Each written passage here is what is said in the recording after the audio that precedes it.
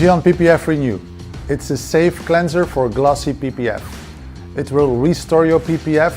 It will remove all imperfections that have set over time. It will boost gloss and restore slickness. Let's give it a go. When using PPF Renew, you have to make sure, of course, that your PPF is cleaned and dried. After that, use a liberal amount of product on a finishing pad, and you can spread it on your PPF even in larger sections. We are not doing any paint correction here. If finished, continue and do the whole panel. After this process, we advise you to go over it with a layer of can coat.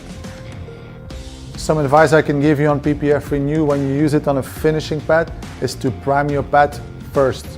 Use a liberal amount of product on each step to make sure you have a good cleanse and a low temperature.